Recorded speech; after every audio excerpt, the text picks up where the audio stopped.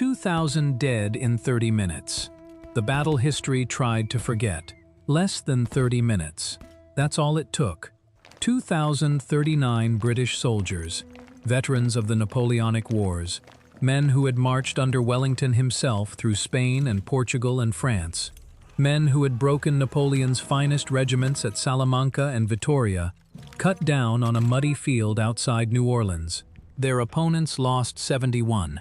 Some accounts say as few as 13 killed. Read those numbers again. 2,039 against 71 in under 30 minutes. That casualty ratio, nearly 28-1, is higher than most engagements on D-Day, higher than the charge of the Light Brigade, higher than almost any set-piece battle in the recorded history of modern warfare. And yet, most people have never heard of it. This is not a legend. This is not a myth inflated by patriotic memory. The British military records confirm the losses. The after-action reports exist. The names are carved into regimental histories that gather dust in archives on both sides of the Atlantic. 2,039 men, in less time than it takes to brew a pot of coffee. Now here is the question that nobody asks. The question that should keep you up at night once you understand what actually happened on that field. It wasn't supposed to be close. The British force at New Orleans was not some colonial garrison scraped together from second-rate regiments. These were Peninsular war veterans, the elite, the men who had defeated the most powerful military machine Europe had ever produced.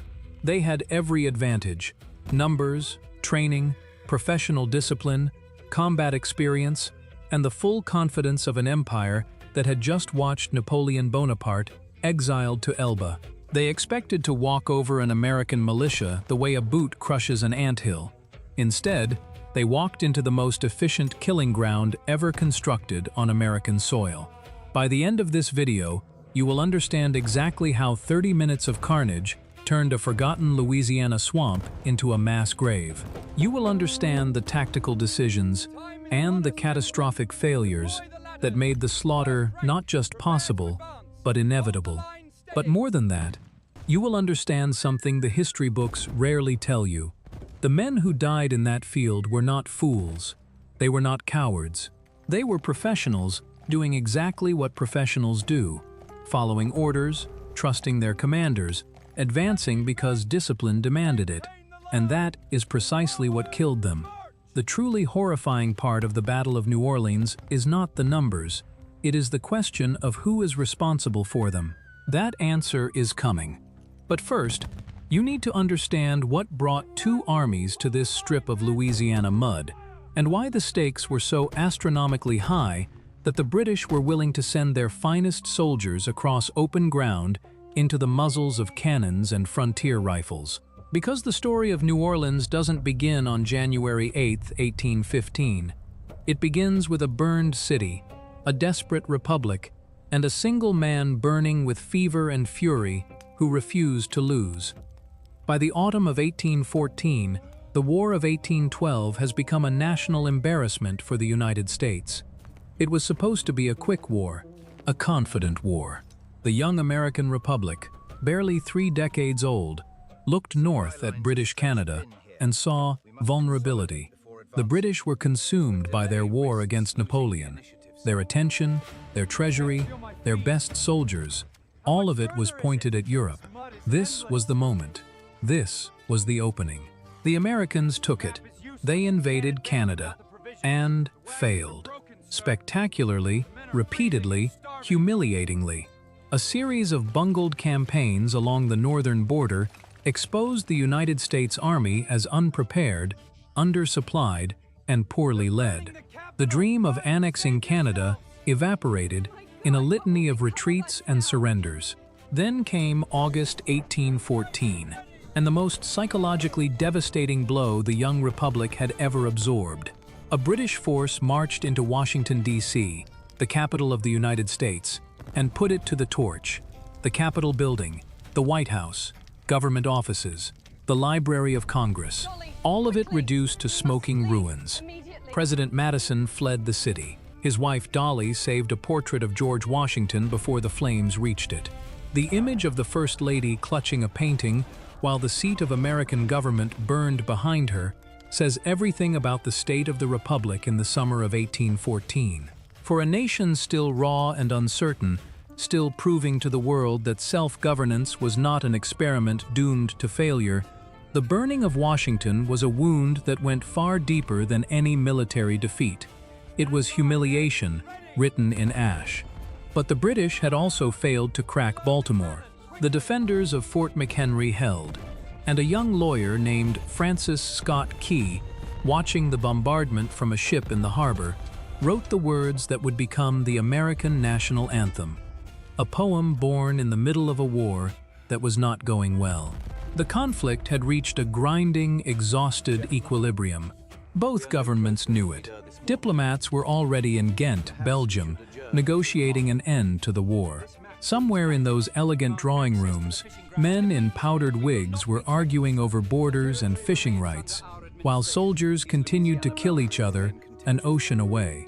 But peace had not yet arrived, and the British High Command had one more move to make: New Orleans. To understand why New Orleans mattered, why the British were willing to gamble an expeditionary force on capturing it, you need to understand what New Orleans actually was in 1814. It was not simply a city.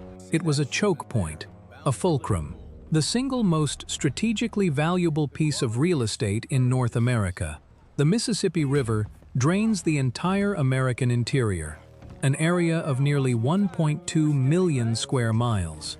Every bushel of grain, every barrel of pork, every bale of cotton, every ton of iron ore from the Western Territories flowed down that river to the sea. The Mississippi was not just a waterway, it was the circulatory system of the American economy, and New Orleans sat at its mouth like a valve. Whoever held New Orleans held the throat of American commerce. If Britain seized it, even temporarily, they did not just win a battle, they controlled the economic spine of the continent. They severed the American West from the American East. They transformed the young republic's greatest geographic asset into a hostage. Even if peace came from Ghent, holding New Orleans would give Britain an enormous bargaining chip at the negotiating table. And if negotiations failed, it would be a permanent stranglehold on American expansion. The British sent 8,000 soldiers to take it. What they found waiting for them would rewrite the rules of warfare. The man tasked with stopping them arrives in New Orleans in December 1814, gaunt from dysentery, burning with a ferocity that unsettles even his own officers. His name is Andrew Jackson, and he is not a man who waits for permission. Jackson looks at New Orleans and immediately grasps what the city requires. Not optimism, not diplomacy, not the careful, cautious maneuvering of a European-trained general who has read Clausewitz and studied his maps. What New Orleans requires is someone willing to do absolutely anything. He declares martial law across the entire city, a decision legally dubious and tactically brilliant. Civilians are pressed into service. Supplies are commandeered. A city of 25,000 people, speaking French, Spanish, English, Creole, Choctaw, and a dozen other tongues, is organized into a fighting force through sheer force of will. Jackson will defend New Orleans with whatever he has, and what he has is unlike any army a European general has ever seen. He has United States Army regulars, disciplined but few. He has Tennessee and Kentucky militiamen, frontiersmen who have hunted deer and turkey since boyhood, men who can reload a long rifle while crouching behind a tree stump and put a ball through a playing card at 100 yards. He has 2 battalions of free black soldiers from New Orleans, men fighting for a country that grants them only the thinnest sliver of citizenship, defending a city that will not fully recognize their humanity for another century. He has Choctaw warriors, Creole gentlemen from the city's old French families, Spanish merchants who have lived under 3 flags. And then there are the pirates. Jean Lafitte commands the Baratarian privateers, smugglers, outlaws, and seafarers who know every bayou, every hidden channel, every secret waterway in the Louisiana Delta. Lafitte has been offered a deal. His men, his ships, and, most critically, his stockpiles of gunpowder and flints in exchange for pardons. Jackson accepts. He needs everything he can get. This coalition, soldiers, militia, pirates, warriors, freedmen, gentlemen, should not work. On paper, it looks like the setup for a bad joke, but Jackson has chosen a position that will make their unlikely alliance irrelevant to the outcome, because the position he has chosen does not require his men to be better than the British. It only requires the British to come to him. Study a map of the terrain south of New Orleans in 1815. What you see is a geographic accident that will determine the fate of 3,000 men. Between the Mississippi River to the right and a vast, impenetrable cypress swamp to the left, there exists a narrow corridor of dry land. At its broadest, perhaps a mile wide, in places considerably narrower, the ground is flat, completely, absolutely flat. No hills, no ridges, no depressions. No terrain features of any kind that might offer cover to men moving across it.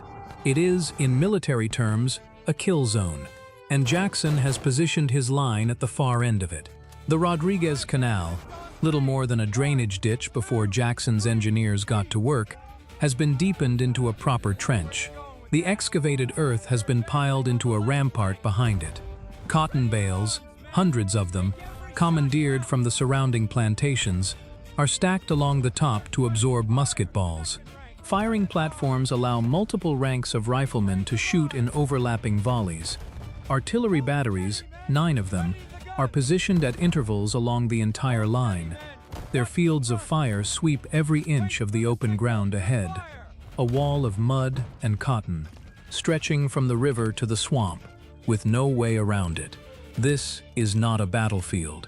It is a firing range, and the British are about to walk straight into it. Now meet the men who are going to walk into that range. The British Expeditionary Force numbers roughly 8,000 total. The main assault on January 8th will be carried out by approximately 3,000 men organized into 2 columns. These are not conscripts. They are not colonial garrison troops scraped from the bottom of the imperial barrel. They are the best soldiers Britain has. They carry Brown Bess muskets and fixed bayonets. Advance parties carry fascines, bundles of sugarcane stalks designed to be thrown into the American Canal to create a crossing, and wooden ladders to scale the rampart on the far side.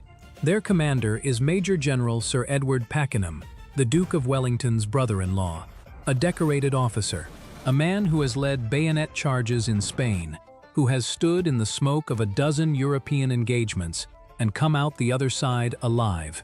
He believes absolutely in the superiority of British infantry discipline over any opponent.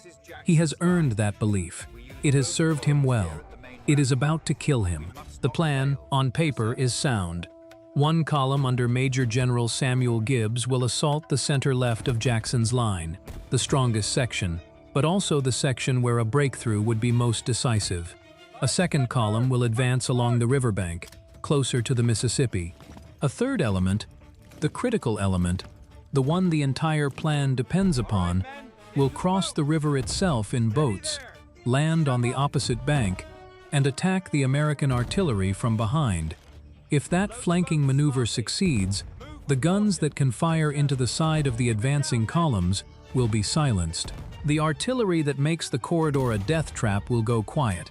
Everything depends on coordination, on timing, on the flanking force reaching the far bank before the main assault begins.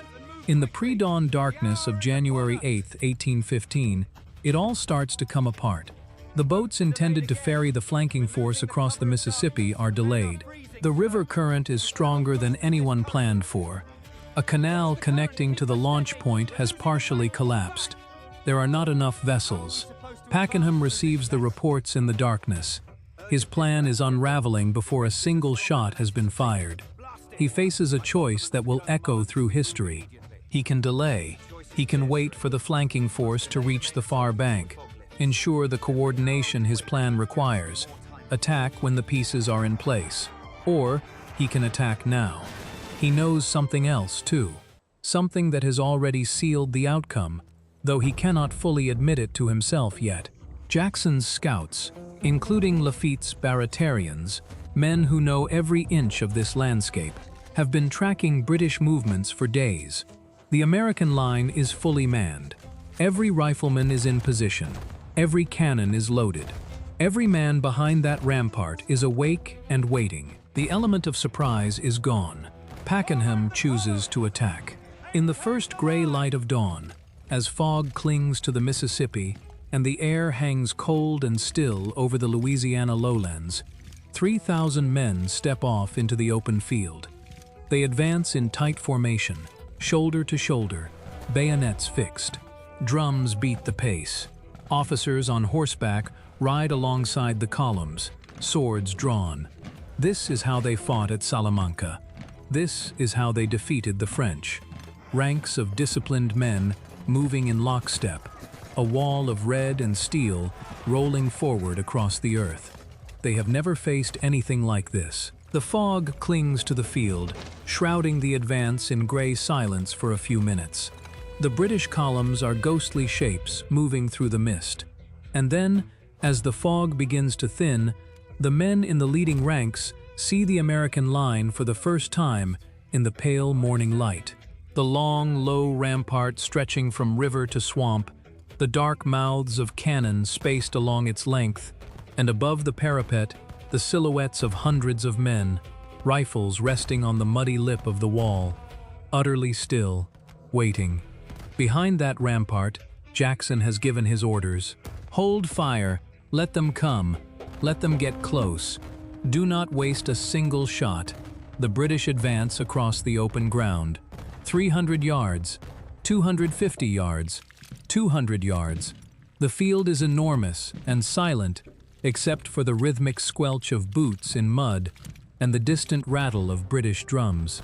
The tension behind the American line is a physical thing, pressing against every chest, constricting every throat. Frontiersmen who have spent lifetimes waiting motionless in forests for a deer to step into a clearing understand this kind of patience. They wait, and then the entire American line erupts. The artillery fires first. 9 cannons in rippling sequence, thunderclaps that shatter the morning stillness. Grape shot, clusters of iron balls, screams across the open ground and into the packed British formations. The effect is instantaneous. Whole sections of the advancing columns are swept away. Men who were marching shoulder to shoulder are suddenly on the ground, some motionless, some writhing, some simply gone, as if the earth reached up and swallowed them. Then the rifles open up. The Kentucky and Tennessee frontiersmen do not spray fire into the smoke and pray. At this range, well inside 100 yards, these men do not miss. The long rifles crack in overlapping volleys, a constant staggering hail of lead that finds the bright red targets of British uniforms with terrible efficiency. The British are packed so tightly together that even shots that miss their intended target strike the man beside him, or the man behind him. The leading ranks begin to dissolve. Men stumble over the bodies of the men who were in front of them a moment ago. Officers scream orders swallowed by the roar of gunfire. White, sulfurous smoke rolls across the field until visibility drops to a few dozen yards. Through the haze come continuous flashes of muzzle fire from the American line, a flickering, lethal wall of light stretching from river to swamp. And then the most catastrophic failure of the entire assault reveals itself. The advance party carrying the fascines and ladders, the tools absolutely essential for crossing the canal and scaling the rampart, has become separated from the main column in the smoke and chaos. When the first British soldiers finally reach the edge of the ditch, gasping, stumbling through the carnage, they find a trench they cannot cross, and a wall they cannot climb. They have nothing. No bundles to fill the trench, no ladders to reach the top. They stand at the edge of that ditch under point-blank fire, with a carpet of dead and dying men stretching behind them across the field. They have walked into a trap with no exit. Now close your eyes And imagine it. You are a British soldier in that field. You stepped off in the pre-dawn darkness, shoulder to shoulder with men you have fought beside for years. Men who survived Salamanca with you. Men whose wives' names you know, whose children's ages you know. You are advancing. The drums are beating. The officers are riding. This is what you do. This is what you have always done. Then the world explodes. The man to your left drops without a sound. You step forward. The man in front of you crumples. You step over him. The smoke is thickening. You can see perhaps 20 yards in any direction. From somewhere ahead, invisible, relentless, comes the crack of rifles and the deeper boom of cannon. Every few seconds, another impact somewhere near you. A grunt, a cry, the clatter of a dropped musket. You cannot go forward. There is a wall you cannot scale, and a ditch you cannot cross. You cannot go back.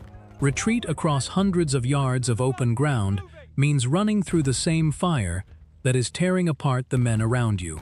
You cannot go sideways. The swamp is to your left, choked, impassable. The river is to your right. There is nowhere to go. Your hands are shaking. The man in front of you is no longer there. In some sections of the British line, casualty rates reach 70% within the first 15 minutes. Companies that stepped off at dawn with 60 or 80 men are reduced to scattered, deafened handfuls crouching among their dead. Knots of the most desperate, the bravest, reach the canal itself and slide down into the ditch. They press against the base of the rampart, too high to scale without ladders, too exposed to survive. American defenders lean over the parapet and fire directly downward into them, at a range of feet. Behind the mud and cotton wall, the defenders operate with mechanical precision. Front rank fires, steps back to reload, next rank steps up. A near continuous stream of aimed fire. Lafitte's pirates, men who have spent years handling naval guns on privateer vessels, work the artillery with professional calm. At these ranges, under 200 yards, a cannon loaded with grape shot functions as a massive shotgun. Each discharge sends hundreds of iron projectiles tearing into packed human formations. Every 10 seconds, another cannon fires. Every 10 seconds, another section of the British line ceases to exist. General Edward Pakenham can hear what is happening. From his position behind the advancing columns, the view is obscured by smoke, but the sounds tell the story in full. The unrelenting crash of American fire, the absence of British drums, because the drummers are dead or the formations have broken and there is no longer any use for them. The screaming, the cries, the eerie silence where forward momentum should be. The columns have stopped. The flanking attack across the river has not materialized. The fascines and ladders are missing. Every component of the plan has failed simultaneously. In the space of 15 minutes, Pakenham makes the decision that defines him. He spurs his horse forward. This is not recklessness. This is not vanity. This is the calculus of a man who has commanded men in battle long enough to know that there are moments when the only thing that can save an assault is the sight of the commanding general riding toward the enemy. Shame them forward. Inspire them. Show them that the man who sent them there believes it can still be done. He rides toward the front of the stalled column, waving his hat above his head, shouting for his men to advance. His horse is shot from under him. He hits the ground, scrambles up, mounts a staff officer's horse, rides forward again into the thickening smoke and the unceasing roar. A volley tears through the air. Grape shot or musket fire, the accounts differ, the smoke too thick for certainty, strikes him in the arm. He keeps riding, bleeding, shouting orders that no one can hear above the thunder of the American line. Then, a second impact, devastating, mortal. Pakenham slumps forward over his horse's neck. Staff officers rush through the fire to reach him, pulling him from the saddle. They carry him to the rear. to the base of a live oak tree just behind the line, and lay him on the ground. He is bleeding out. He will die within minutes. Far from the rampart he was trying to reach. Far from Spain, where his reputation was made. Far from home. The soldiers in the column watch their general fall. For men already under horrific fire, already stumbling over the bodies of their comrades, already choking on sulfurous smoke with their ears ringing from continuous concussion. This is the moment the assault psychologically shatters. The man who ordered them forward is dead. But the killing doesn't stop. General Gibbs, the second in command, tries to seize control. Somewhere in the smoke and chaos, he rallies a portion of the column, pushing men toward the front. He is struck down within minutes. Mortally wounded, he collapses on the field. He will linger for hours before he dies. 2 of the 3 most senior British commanders on the battlefield are now dead or dying, in the span of minutes. Command falls to Major General Lambert, commanding the reserve further back. He pushes forward to assess the situation and sees catastrophe laid out before him. Bodies cover the open ground in what one witness would later call windrows, long lines of dead and wounded marking the high water points of each failed advance, like tide marks on a beach. And then the last act of organized British courage on that field. From somewhere in the smoke, rising above the thunder of gunfire, comes a sound that cuts through everything. The wail of bagpipes. The 93rd Regiment of Foot, the Sutherland Highlanders, surges forward with extraordinary, doomed courage. They advance further toward the American line than any other unit has managed. The pipes wail above the carnage, defiant, mournful, a sound that in other circumstances would have been magnificent. Here, in this corridor of death, it is a funeral march played before the death has occurred. The Highlanders advance into the same fire that has swallowed every unit before them. The regiment takes devastating losses. One officer would later report that the regiment lost more than half its strength in minutes. The pipes fall silent. Lambert orders the withdrawal, but retreat across that field has its own horrors. Men who rise to run are silhouetted against the morning light and shot down. Men who try to crawl move agonizingly across ground, churned to mud and slick with blood. Men who simply press themselves flat among the dead may survive, if they are lucky enough not to be hit by a stray round from the fire that has not stopped, that will not stop, until there is nothing left to shoot at. The firing slows, not because the Americans have run out of targets, but because the targets are no longer advancing. Silence. A terrible, ringing silence, after 30 minutes of continuous thunder. And then the smoke begins to drift, to thin, to part. And what the American defenders see on the other side of it silences every man on the line. The field is covered, not littered, not scattered, covered. Red-coated bodies in windrows, in clusters, in long, terrible lines that mark where each volley found them. Some are still, many are not. Arms reaching upward, men dragging themselves with shattered legs toward the rear, mouths open in cries that blend into a single continuous low moan rising from the earth itself. One American soldier, a Kentucky militiaman who stood on that rampart, would later write the words that defined the battle's memory for a generation. When the smoke had cleared and we could obtain a fair view of the field, it looked at first glance like a sea of blood. It was not blood itself, but the red coats in which the British soldiers were dressed. The field was entirely covered with prostrate bodies. A sea of blood that was not blood. Let those words sit. A field so covered with fallen men that the ground disappeared beneath them, so thoroughly, so completely, that a man looking from the rampart could not distinguish the earth from the dead. These are not enemy soldiers anymore. They are not threats.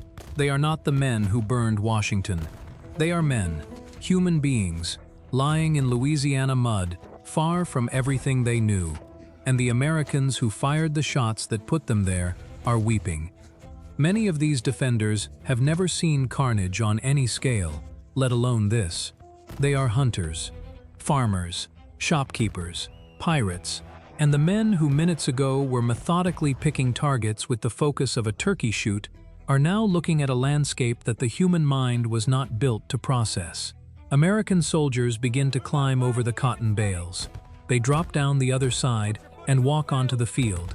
The ground is so thickly covered with bodies that in places it is impossible to walk without stepping on a man. Dead or still breathing, it does not matter. There is nowhere else to put a foot. They carry water.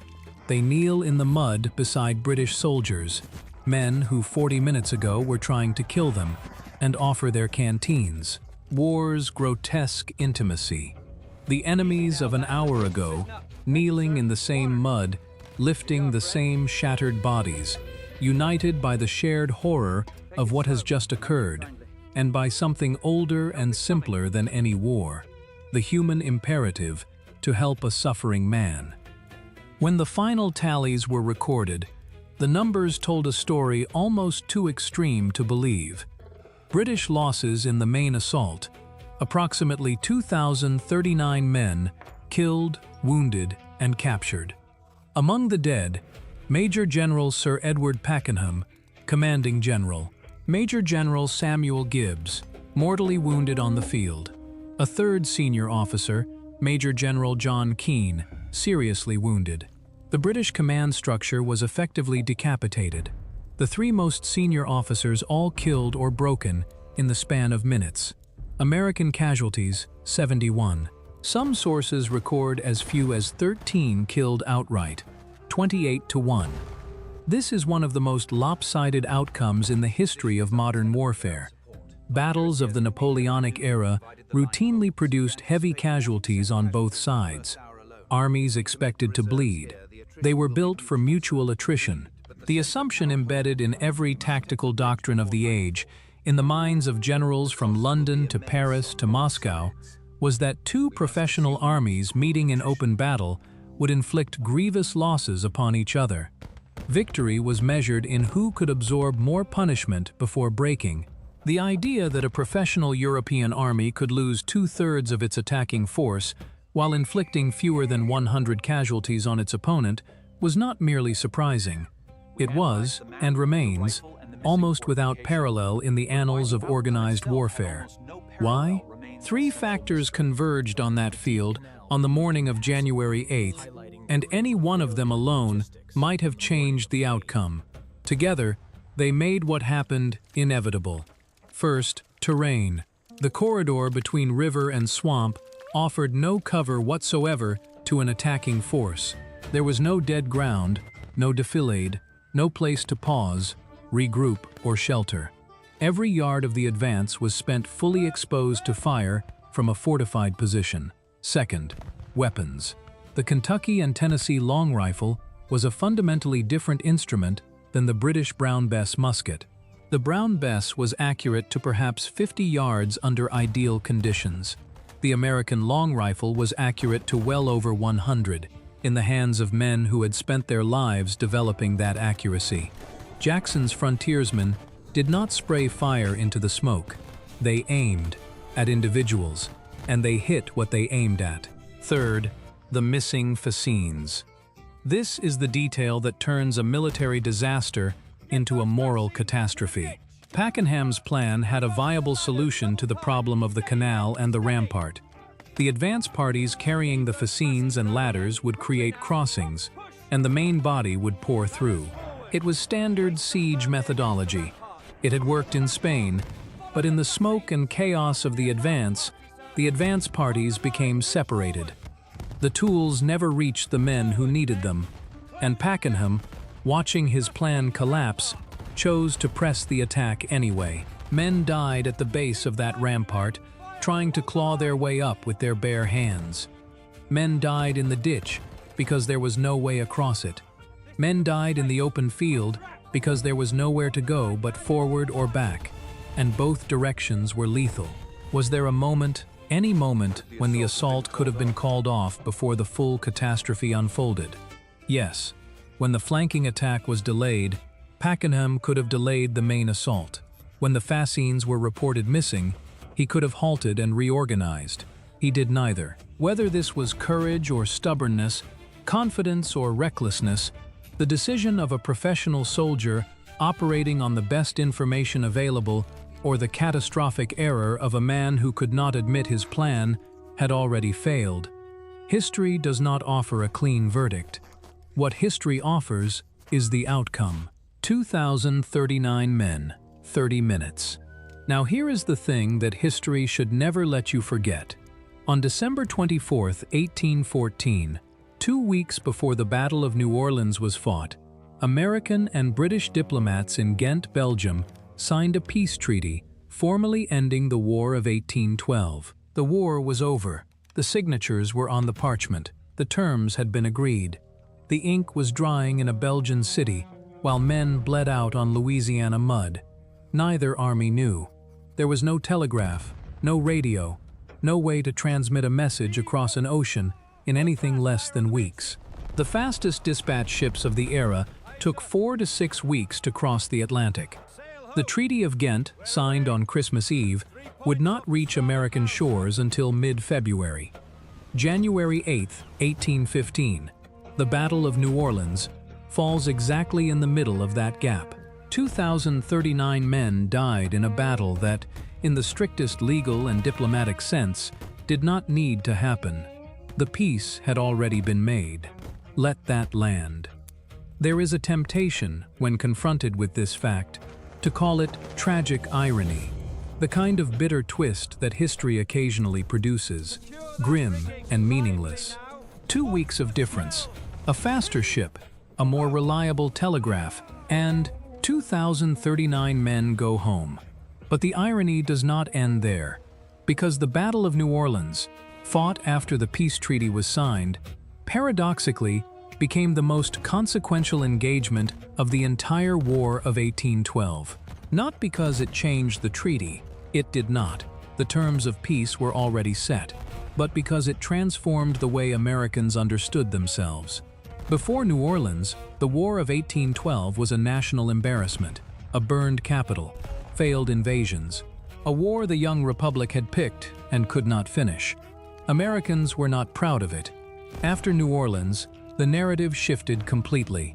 America had met the British Empire's finest soldiers, Wellington's veterans, the men who broke Napoleon, in open battle and destroyed them. An army of frontiersmen and pirates and freedmen and militia, commanded by a gaunt, fever-ridden general who refused to lose, had inflicted upon the greatest military power on earth one of the most lopsided defeats in the history of modern warfare. The era of good feelings, that brief, luminous period of national unity and swelling confidence, was born in the aftermath of New Orleans, and Andrew Jackson became the most famous man in America overnight. His road to the presidency began on that mud rampart. The general became a legend, and the legend became president. He would serve 2 terms in the White House. His face would end up on the $20 bill. All of it, every speech, every policy, every consequence of his presidency, traces back to those 30 minutes. For Britain, the defeat was quietly absorbed into the vast ledger of imperial history. A colonial misadventure, a tactical miscalculation in a minor theater of a secondary war. The names Pakenham and Gibbs faded from national memory, overshadowed 6 months later by Waterloo, the battle that finally ended Napoleon and gave Britain its defining triumph.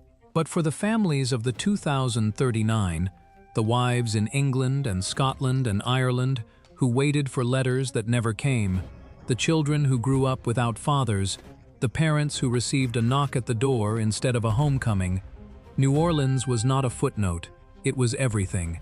Pakenham's body, recovered from beneath the live oak tree where he died, presented a grim, practical problem. How do you transport a dead general across the Atlantic in the age of sail? The answer was brutal pragmatism. His body was placed in a barrel of rum, a common preservation method of the era, sealed, and shipped home to Ireland. The man who led the charge on New Orleans came home pickled in spirits. It is the most darkly absurd footnote in American military history, a detail so strange it sounds invented. It was not. On the field, under flags of truce in the hours after the battle, American and British soldiers worked side by side to carry the broken men to aid stations. Enemies of an hour ago lifting shattered bodies together, sharing water, binding wounds. Men who had been trying to kill each other, now kneeling in the same mud, united by something older than any war, the simple human need to not let a suffering man lie alone. In New Orleans itself, church bells rang when the news arrived. The city erupted in celebration. But those who traveled to the battlefield in the days that followed, those who saw the field before the dead were buried, came home quieter than they left. Some things cannot be celebrated once you have seen them. 30 minutes. That is all it took. An army stepped off in the pre-dawn dark, marching in the tight formations that had defeated Napoleon's finest, and in less time than a Sunday sermon, it ceased to exist. A general rode into the fire because he could not bear to watch from the rear, and died under a tree named for the Tree of Life. Fewer than 100 men fell defending a wall of mud and cotton, while nearly 28 times that number fell attacking it. And the war that produced all of this had already been over for 2 weeks. The British soldiers who advanced across that field were not fools. They were not cowards. They were men, professionals, doing what they had been trained to do, what their duty demanded, what their commanders ordered, what had always worked before. They trusted the system. They trusted the plan. They trusted the man on horseback, and that trust put them in the ground. The Battle of New Orleans is remembered as a great American victory. It was, but the field does not remember it that way. The field remembers 2,039 men who did not know that their war was already over, who did not know that somewhere across an ocean, in an elegant room in a Belgian city, men with quill pens had already written the piece. Who stepped off into the dark anyway, because no one told them they didn't have to. The earth that received them, that Louisiana mud, cold and indifferent in the January dawn, has never fully given back what it took.